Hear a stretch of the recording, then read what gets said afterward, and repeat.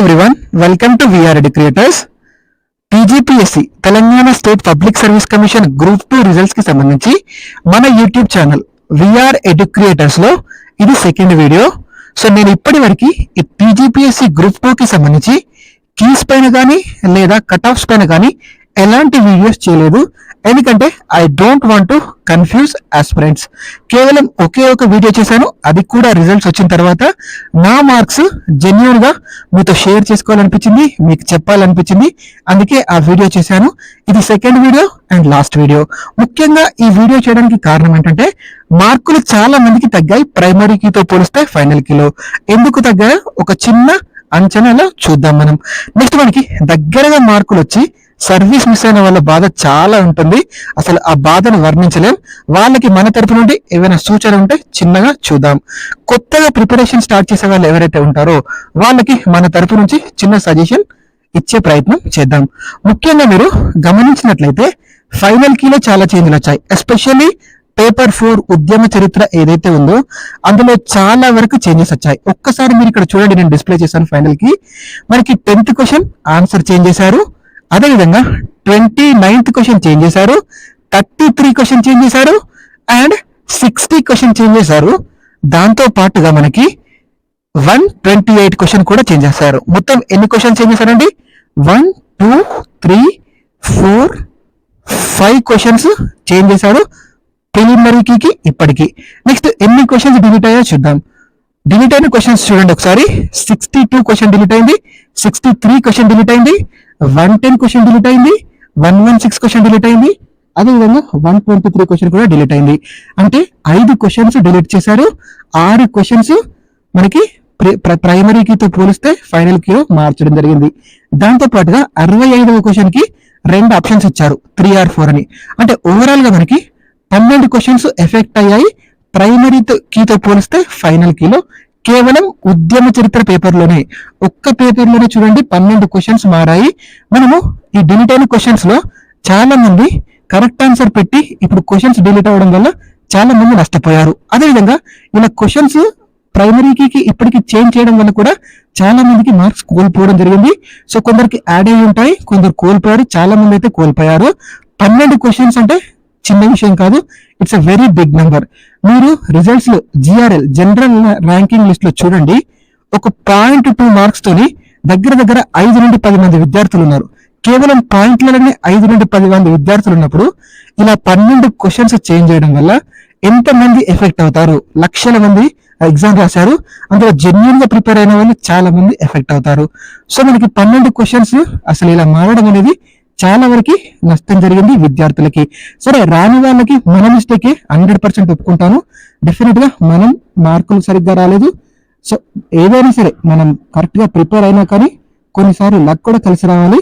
So మనకి కొంచెం తక్కువ వచ్చాయి, బట్ 12 క్వశ్చన్లు ఒక్క పేపర్ లో మారడం అంటే సో లైఫ్సే తలక్రిందులు అవుతాయి. సో ఒక్క చిన్న సజెషన్ ఏంటంటే టీజీపీఎస్సీకి వినతి అనుకోండి, లక్షలాది మంది విద్యార్థుల తరఫున ఇది కేవలం విన్నపం మాత్రమే, ఆర్డర్ కాదు, జస్ట్ సజెషన్ కూడా కాదు. నా యొక్క రిక్వెస్ట్ ఏంటంటే 2016 లో గ్రూప్ 2 చాలా చాలా ఇబ్బందులతో బయటపడింది. వైట్నర్ యూజ్ చేశారని, క్వశ్చన్స్ రాగానే ఎన్నో కేసులు అయ్యాయి. మనం ఇప్పుడు 2025 లో ఉన్నాం.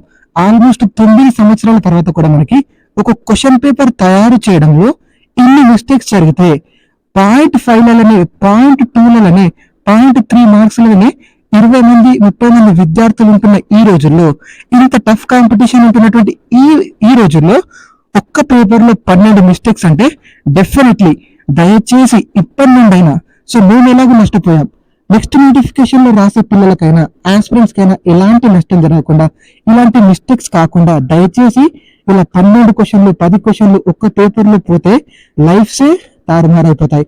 కాబట్టి దయచేసి ఇలా మిస్టేక్స్ కాకుండా చూసుకోవాలని మా తరపు నుండి, ఎగ్జామ్ రాసినటువంటి లక్షలాది మంది విద్యార్థుల తరపు నుండి, జెన్యూన్ గా ప్రిపేర్ అయినటువంటి ఆస్పిరెంట్స్ తరపు నుండి ఒక చిన్న రిక్వెస్ట్, ప్లీజ్ దయచేసి ఇలా మిస్టేక్స్ కాకుండా చూసుకోండి. ఇలా 12 క్వశ్చన్స్ అంటే it's not a small number. మీరే చూస్తున్నారు 12 క్వశ్చన్స్, అందులో 4 క్వశ్చన్స్ ఏమో డిలీట్ అయ్యాయి, 4 నుంచి 5 క్వశ్చన్లు, 6 క్వశ్చన్స్ ప్రైమరీకి ఇప్పటికి చేంజ్ చేశారు, ఒకదానికి 2 ఆన్సర్లు ఇచ్చారు. దయచేసి ఇవన్నీ కూడా మీరు ఎక్స్పర్ట్ కమిటీతో అయినా సరే ఎవరైనా సరే మీ విధానాలు, మీ పాలసీలు మీకు ఉంటాయి. As a constitutional body no one has a right to question you. నేనేం క్వశ్చన్ చేయట్లేదు, బట్ సో ఇలా 12 క్వశ్చన్లు చేంజ్ చేయడం అంటే చాలా మందికి విద్యార్థులు నష్టపోతున్నారు. ఎస్పెషల్లీ జెన్యూన్ గా ఎవరైతే చదువుతున్నారో వాళ్ళు చాలా వరకు నష్టపోతున్నారు. కాబట్టి దయచేసి ఎప్పటి నుండైనా ఈ క్వశ్చన్స్ తప్పు కాకుండా, సో హ్యూమన్ ఎర్రర్ ఉంటాయి డెఫినెట్ గా. 1-2 క్వశ్చన్లు తప్పైతే we accept, definitely we accept. Human errors definite గా ఉంటాయి. కానీ 10-12 క్వశ్చన్లు అయితే లైఫ్ లే తారుమారవుతాయి. దయచేసి ఇది ఒక చిన్న రిక్వెస్ట్ అనుకోండి, ఇలా మిస్టేక్స్ కాకుండా చూసుకోండి. సో ఇలా చాలా మందికి మార్కులు తగ్గాయి. 4th పేపర్ ఎస్పెషల్లీ చాలా ప్రైమరీకితో పోల్చినప్పుడు ఫైనల్ కీలో మనకి చాలా మందికి మార్కులు తగ్గడానికి మేజర్ రీజన్ ఏంటంటే పేపర్ 4 లో చాలా చేంజెస్ వచ్చాయి. దాదాపుగా 5 క్వశ్చన్స్ డిలీట్ చేశారు, 6 క్వశ్చన్స్ ఆప్షన్స్ చేంజ్ అయ్యాయి, ఒక క్వశ్చన్ కి 2 ఆన్సర్స్ ఇవ్వడం జరిగింది. దీనివల్ల చాలా మంది మార్కులు తగ్గడం జరిగింది. ఒక సిన్సియర్ రిక్వెస్ట్ ఏంటంటే నెక్స్ట్ నోటిఫికేషన్ లో అయినా క్వశ్చన్ పేపర్స్ ఇచ్చేటప్పుడు ఇలాంటి మిస్టేక్స్ కాకుండా చూసుకోండి. ఇది ఒక సిన్సియర్ రిక్వెస్ట్ మాత్రమే, తప్పుగా అర్థం చేసుకోకండి.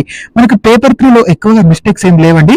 ఒక 33 క్వశ్చన్ కి 2 ఆప్షన్స్ ఇచ్చారు, 125 క్వశ్చన్ చేంజ్ అయింది, 137 క్వశ్చన్ చేంజ్ అయింది. ఇట్స్ ఓకే, ఇలాంటి మిస్టేక్స్ హ్యూమన్ ఎర్రర్స్ జరుగుతూ ఉంటాయి. నెక్స్ట్ పేపర్ 2 లో కూడా మనకి 61 క్వశ్చన్ చూడండి చేంజ్ అయింది, 65 క్వశ్చన్ కి 2 ఆప్షన్స్ ఇచ్చారు, ఒక క్వశ్చన్ 135 క్వశ్చన్ డిలీట్ చేయడం జరిగింది. సో 1 or 2 క్వశ్చన్స్ అంటే human errors, we have to accept. ఎవరు కూడా పర్ఫెక్ట్ గా ఉండరు. పేపర్ కి 1 or 2 అయినా కానీ మొత్తం 4 పేపర్లకు కలిపి 8 క్వశ్చన్స్ చేంజ్ అవుతాయి. సో అవి కూడా కాకుండా చూసుకోవడానికి ట్రై చేయండి. పేపర్ 1 లో కూడా అంత ఎక్కువగా ఏం లేవు, జస్ట్ ఒక క్వశ్చన్ ఏదో డిలీట్ అయింది. సో ఒక క్వశ్చన్ ఇట్స్ ఓకే, మనం మనుషులం కాబట్టి డెఫినెట్ గా మిస్టేక్స్ అవుతూ ఉంటాయి. పేపర్ కి 1 క్వశ్చన్ 2 క్వశ్చన్ కూడా లేకుండా చూసుకునే ప్రయత్నం చేయండి. ఎందుకంటే పాయింట్ ఫైనల్లోనే ఎక్కువ మంది ఉంటున్నారు కాబట్టి ఇలాంటి మిస్టేక్స్ వల్ల చాలా మంది జెన్యున్ గా ప్రిపేర్ అయ్యే విద్యార్థులు నష్టపోతున్నారు. కాబట్టి దయచేసి చూసుకోండి. నెక్స్ట్ రీజన్ ఏంటంటే తగ్గడానికి బబ్లింగ్. చాలా మంది బబ్లింగ్ మిస్టేక్ లో కూడా కొంచెం బయటకు రావడం, లేదా డాట్స్ పెట్టడం, లేదా ఒక్క ఆప్షన్ కి టూ ఆప్షన్స్ పెట్టడం, ఒక్క క్వశ్చన్ కి 2 ఆప్షన్స్ పెట్టడం, ఇలా కూడా చాలా మంది ఎగ్జామ్ ప్రెషర్ లో వాళ్ళకి తెలియకుండానే మిస్టేక్స్ చేయడం జరిగింది. ప్రైమరీకి చూసుకున్నప్పుడు వాళ్ళకి ఎక్కువ స్కోర్ వచ్చాయి. ఈ బబ్లింగ్ చేసిన మన కీస్ ఏవైతే వస్తాయో, మన ఓఎంఆర్ షీట్స్ ఏవైతే వస్తాయో అవి డౌన్లోడ్ చూసుకున్నప్పుడు అందులో చూస్తే చాలా మిస్టేక్స్ చేశారు. సో ఈ ఓఎంఆర్ షీట్ల తప్పుల వల్ల కూడా చాలా మందికి మిస్టేక్స్ చేయడం జరిగింది, మార్కులు తగ్గడం జరిగింది. సో ఇది కూడా ఒక మెయిన్ రీజన్ ఓఎంఆర్ షీట్ లో తప్పుగా పెట్టడం. సో డాట్స్ పెట్టద్దు అండ్ బయటకు వచ్చేలా పెట్టద్దు, కరెక్ట్ గా సర్కిల్ చేయాలి. సో ఇది చూసుకోండి. కొత్త వాళ్ళకి కూడా చాలా చాలా ఇంపార్టెంట్. మీరు ఓఎంఆర్ షీట్ బబుల్ చేసేటప్పుడు కేర్ఫుల్ గా బబుల్ చేయండి. సో కొంచెం మిస్టేక్ చేసినా గానీ మీరు చూసారు 0.2, 0.3లలో 10 మంది 20 మంది ఉన్నారు. సో ఇలా తప్పుగా బబుల్ చేయడం వల్ల మనం మార్కులు వేస్ట్ గా కోల్పోతాం, మనకు తెలిసిన మార్కులు కూడా కోల్పోతాం. అందుకే బబ్లింగ్ చేసేటప్పుడు కొంచెం జాగ్రత్తగా చేయండి. సో ఈ బబ్లింగ్ వల్ల కూడా చాలా మందికి మనకి మార్క్స్ తక్కువ రావడం జరిగింది. అండ్ అత్యంత ఇంపార్టెంట్ ఇంకొక ముఖ్యమైన విషయం మార్కులు కోల్పోవడానికి ఏంటంటే చాలా మంది తెలిసిన క్వశ్చన్స్ తప్పు పెట్టారు. సో ఇది పెద్ద మిస్టేక్. కాంపిటేటివ్ ఎగ్జామ్స్ కి ప్రిపేర్ అయ్యేటప్పుడు తెలిసిన క్వశ్చన్ తప్పు పెట్టడం కంటే పెద్ద నేరం ఏది ఉండదు. చాలా పెద్ద మిస్టేక్స్ తెలిసిన క్వశ్చన్ తప్పు పెట్టడం. సో తెలిసిన క్వశ్చన్ తప్పు పెట్టడం పెద్ద నేరం అని నేను చెప్తున్నా కదా. సో నేను కూడా తెలిసిన క్వశ్చన్లు చాలా తప్పు పెట్టడం జరిగింది.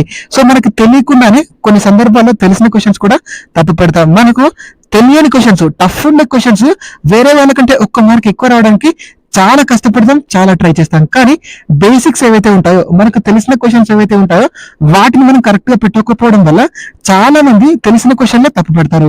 మీకు నేను ఒక ఎగ్జాంపుల్ చెప్తాను, నాకు జరిగింది చెప్తాను. మనకి సెకండ్ పేపర్ లో ఒక క్వశ్చన్, నేను అసలు క్వశ్చన్ చదవలేదు. ఫస్ట్ ఆప్షన్స్ చూసాను. ఆ ఆప్షన్స్ ఏంటంటే మనకి బాలల పరిరక్షణ చట్టం 2005 అని ఇచ్చారు. నెక్స్ట్ జువైనల్ జస్టిస్ యాక్ట్ 2000 అని ఇచ్చారు. నెక్స్ట్ మనకి పోక్సో యాక్ట్ ఏదైతే ఉంటుందో 2012 అని ఇచ్చారు. నెక్స్ట్ మనకి నిర్భయ యాక్ట్ ఏదైతే ఉంటుందో 2013 అని ఇచ్చారు. ఈ 4 ఆప్షన్స్ ఇవ్వడం జరిగింది. నేను యాక్చువల్ గా క్వశ్చన్ చదివేటప్పుడు ఆ ప్రెషర్ లో కేవలం ఈ క్రింది వాటిలో అని మాత్రమే చదివాను. క్వశ్చన్ ఏం చదివానండి? కేవలం క్రింది వాటిలో అని మాత్రమే చదివాను. ఆ పక్కన ఏముందో నేను చూడలేదు, కేవలం ఆప్షన్స్ మాత్రమే ఆప్షన్స్ చూసేసి ఆ ఎగ్జైట్మెంట్ లో, నాకు ఈ క్వశ్చన్ వచ్చు అన్న ఎగ్జైట్మెంట్ లో, తెలిసిన క్వశ్చన్ అన్న ఎగ్జైట్మెంట్ లో నేను క్వశ్చన్ సరిగ్గా చదవకుండా జస్ట్ ఆప్షన్స్ చూసి నేనేమనుకున్నా అంటే ఈ క్రింది వాటిలో సరికానిది ఏది అని అనుకున్నాను.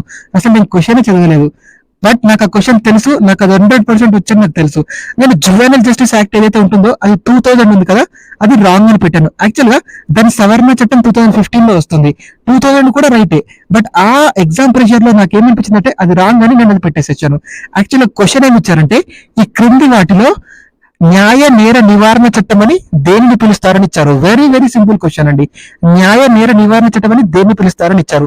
దేన్ని పిలుస్తారండి? నిర్భయ చట్టాన్ని పిలుస్తారు, న్యాయ నేర నివారణ చట్టం అని. సో నాకు తెలిసిన ఎగ్జైట్మెంట్ లో, నాకు వచ్చు అన్న ఎగ్జైట్మెంట్ లో నేను అసలు క్వశ్చన్ కరెక్ట్ చదవకుండా ఆప్షన్ పెట్టేశాను. ఇలా చాలా మంది మిస్టేక్స్ చేస్తుంటారు, తెలిసిన పొడగొడతారు. ఎస్పెషల్లీ ఇలాంటి మిస్టేక్స్ మీరు చేయకండి. డెఫినెట్ గా ఇవి ప్లీజ్ ప్లీజ్ ప్లీజ్ ఒక సిన్సియర్ రిక్వెస్ట్ ఏంటంటే, మీరు తెలిసిన క్వశ్చన్లు తప్పు పెట్టడం అవాయిడ్ చేయండి. ఎందుకంటే ఒక్క పేపర్ లో మనం ఒక 4 క్వశ్చన్స్ తెలిసినవి తప్పు పెట్టామనుకోండి, 4 into 4 ఆల్మోస్ట్ 16 క్వశ్చన్స్ అంటే మనం ఎన్ని మార్క్స్ లూజ్ అవుతున్నామో ఒక్కసారి అర్థం చేసుకోండి. కామ్ గా ఉండండి. క్వశ్చన్ చదివేటప్పుడు 1-2 సార్లు క్వశ్చన్ కరెక్ట్ గా చదివి ఆన్సర్ పెట్టే ప్రయత్నం చేయండి. తెలిసిన క్వశ్చన్ మాత్రం అస్సలు తప్పు పెట్టద్దు. ఇప్పుడు దగ్గర దాకా వచ్చి మిస్ అయిన వాళ్ళు కూడా చాలా మంది తెలిసిన క్వశ్చన్ తప్పు పెట్టిన వాళ్ళే ఉన్నారు. సో వాళ్ళకి నా సిన్సియర్ రిక్వెస్ట్ ఏంటంటే, మీకు ఏజ్ ఉంటే దయచేసి ప్రిపేర్ అవ్వండి. ఎందుకంటే ఎన్ని రోజులు మనకి నోటిఫికేషన్ ఎప్పుడు వస్తుందన్న ఐడియా లేదు. ఇప్పుడు మనకు ఎంతో కొంత ఐడియా ఉంది, ఈ ఇయర్ డెఫినెట్ గా గ్రూప్ 2 నోటిఫికేషన్ ఉంటుందని. మీరు ఆల్రెడీ చదివి ఉన్నారు, జస్ట్ రివైజ్ చేస్తే చాలు. ప్లీజ్ దయచేసి ఒక సిన్సియర్ రిక్వెస్ట్ అనుకోండి. సో నాకేం కోచింగ్ సెంటర్స్ లేవు అండ్ నాకేం యాప్స్ కూడా లేవు ప్రమోట్ చేసుకోవడానికి. జస్ట్ ఒక బ్రదర్ గా చెప్తున్నాను, ఎందుకంటే మీరు అంతగానో చదివి ఉన్నారు. 3:30 వరకు వచ్చారంటే ఇట్స్ నాట్ ఎ జోక్. చాలా కష్టపడ్డారు. తెలిసిన మిస్టేక్స్, చాలా మంది తెలిసిన క్వశ్చన్స్ తప్పు చేయడం వల్ల దగ్గర దాకా వచ్చి ఆగిపోతున్నారు. దయచేసి ఈ ఒక్క అటెంప్ట్ ఇవ్వండి, బాగా కష్టపడండి. ఒక సిన్సియర్ రిక్వెస్ట్ అంతే.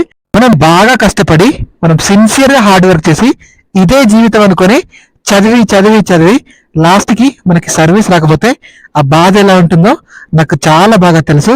అంతేకాకుండా దగ్గర దాకా వచ్చి 1 మార్క్ 2 మార్క్ తో పోయే వాళ్ళైతే, సర్వీస్ రాకపోతే జాబ్ పోయే వాళ్ళైతే చాలా బాధపడతారు. అసలు ఆ బాధను మనం వర్ణించలేము. సో ప్లీజ్ ఎవ్వరు కూడా బాధపడకండి. ఎంత తొందరగా వీలైతే అంత తొందరగా ఆ డిప్రెషన్ నుండి, ఆ బాధ నుండి బయటకు రావడానికి ట్రై చేయండి. ఏదైనా టెంపుల్స్కి వెళ్ళండి, బయటకు వెళ్ళండి, టూర్ వేయండి ఒక 2 days, మళ్ళీ వచ్చి మీ ప్రిపరేషన్ స్టార్ట్ చేయండి. దగ్గరగా వచ్చి ఎవరికైతే జాబ్ మిస్ అయిందో నా సిన్సియర్ రిక్వెస్ట్ ఏంటంటే, ప్లీజ్ ఈ ఒక్క అటెంప్ట్ ఇవ్వండి. ఈ ఇయర్ మనకి డెఫినెట్ గా గ్రూప్ 2 ఉంది అని అంటున్నారు కాబట్టి, ఆల్రెడీ మీరు చదివి ఉన్నారు కాబట్టి, దగ్గర దాకా వచ్చారు కాబట్టి, సో రీస్టార్ట్ యువర్ ప్రిపరేషన్. మీకు డెఫినెట్ గా ఈ నోటిఫికేషన్ లో జాబ్ రావాలని మనస్ఫూర్తిగా కోరుకుంటున్నాను. ఎవరైతే దగ్గర దాకా వచ్చి మిస్ చేసుకున్నారో, all the very best for your preparation. అదేవిధంగా కొత్తగా ఇప్పుడే ఈ గ్రూప్స్ సైడ్, ఈ సర్వీసెస్ సైడ్ ఒక మంచి బ్యూరోక్రాట్ గా సెటిల్ అవ్వాలి, మంచిగా సర్వీస్ కొట్టాలి అని ఎవరైతే చూస్తున్నారో, కొత్తగా ప్రిపరేషన్ ఎవరైతే స్టార్ట్ చేస్తున్నారో, so it's a golden time. మీకు ఇలాంటి టైం మళ్ళీ రాదు మీ జీవితంలో. ఎందుకంటే మీరు ఇప్పుడే పాస్డ్ అవుట్ అయిన వెంటనే మీకు గ్రూప్ 2, గ్రూప్ 3 నోటిఫికేషన్లు, గ్రూప్ 1 రావాలంటే చాలా అదృష్టం ఉండాలి. మీరు చూడండి, 2016 లో పాస్డ్ అవుట్ అయ్యి దాదాపు ఒక 10 ఏళ్ళు వేస్ట్ చేసుకున్నారు ఈ గ్రూప్ 2 గ్రూప్స్, ఈ గ్రూప్ 1 గ్రూప్ 2 పోస్టుల కోసం. చాలా మంది దాదాపుగా 8 years వేస్ట్ చేసుకున్నారు. నాకు తెలిసిన వాళ్ళు చాలా మంది ఉన్నారు. సో ఇప్పుడే మీరు పాస్డ్ అవుట్ అయ్యి మీకు నోటిఫికేషన్స్ రావడం అంటే చాలా లక్కీ మీరు. కాబట్టి మీరు సిన్సియర్ గా అన్ని పక్కన, మీరు ఈ జాబ్ కొట్టాలని సిన్సియర్ గా ప్రయత్నిస్తే, సీరియస్ గా ఉంటే డెఫినెట్ గా మీ ప్రిపరేషన్ స్టార్ట్ చేసేయండి. ఎవరి గురించి పట్టించుకోకండి. మీరు ఇప్పుడు స్టార్ట్ చేసినా కానీ డెఫినెట్ గా మీరు రేస్ లో ఉంటారు. మనకి నోటిఫికేషన్ కి టైం ఉంది. ఇప్పటి నుంచి మీరు మీ ప్రిపరేషన్ స్టార్ట్ చేయాలి. కొత్త వాళ్ళకి ఇది ఒక గోల్డెన్ పీరియడ్ అంటాను నేను. ఎందుకంటే మళ్ళీ నోటిఫికేషన్స్ ఎప్పుడు వస్తాయో తెలియదు. ఈ గ్రూప్ 1, గ్రూప్ 2, గ్రూప్ 3 ఎప్పుడు పడేటి తెలియదు. ఇది ఒక గోల్డెన్ టైం అని కొత్తగా ప్రిపేర్ అయ్యే వాళ్ళకి నేను చెప్తాను. ఈ మంచి ఆపర్చునిటీని మీరు యూజ్ చేసుకోండి. మీరు కోచింగ్కి వెళ్తారా, మీరు ఓన్ గా ప్రిపేర్ అవుతారా, ఇట్స్ యువర్ విష్. ఎలా ప్రిపేర్ అవుతారో మీ ఇష్టం. కానీ కొత్తగా ప్రిపేర్ అయ్యే వాళ్ళు, అందులోనూ మీకు ఇంట్రెస్ట్ ఉంటే మాత్రమే, మీకు ఈ government jobs especially group side settle అవ్వాలనుకున్న వాళ్ళకి మాత్రమే ఇది ఒక గోల్డెన్ టైం అని నేను చెప్తాను. సిన్సియర్ గా ట్రై చేయండి. I wish you all the best for your preparation. So last గా మళ్ళొకసారి రిక్వెస్ట్ చేస్తున్నాను, ప్లీజ్ క్వశ్చన్ పేపర్ తయారు చేసేటప్పుడు ఎన్ని క్వశ్చన్స్ మిస్టేక్ కాకుండా చూసుకునే ప్రయత్నం చేయండి. లక్షలాది మంది విద్యార్థుల జీవితాలు దీనిపై ఆధారపడి ఉన్నాయి. దీనికోసమే, ఈ జాబ్ కోసమే జీవితం అని బతికే వాళ్ళు చాలా మంది ఉంటారు. దయచేసి ఇలాంటి మిస్టేక్స్ కాకుండా చూసుకోవాలని ఒక చిన్న విన్నపం మాత్రమే, ఒక రిక్వెస్ట్ మాత్రమే. దీన్ని ఎవ్వరు కూడా తప్పుగా అర్థం చేసుకోకండి. అండ్ ఎవరికి కూడా ఇది వ్యతిరేకంగా కాదు. జస్ట్ ఒక ఆస్పిరెంట్ గా, అదే విధంగా లక్షలాది మంది విద్యార్థులు ఎవరైతే ఎగ్జామ్స్ రాస్తున్నారో వాళ్ళందరి తరపున ఇలా మిస్టేక్స్ కాకుండా చూసుకోవాలని జస్ట్ మా తరపు నుండి ఒక చిన్న విన్నపం మాత్రమే. Thank you.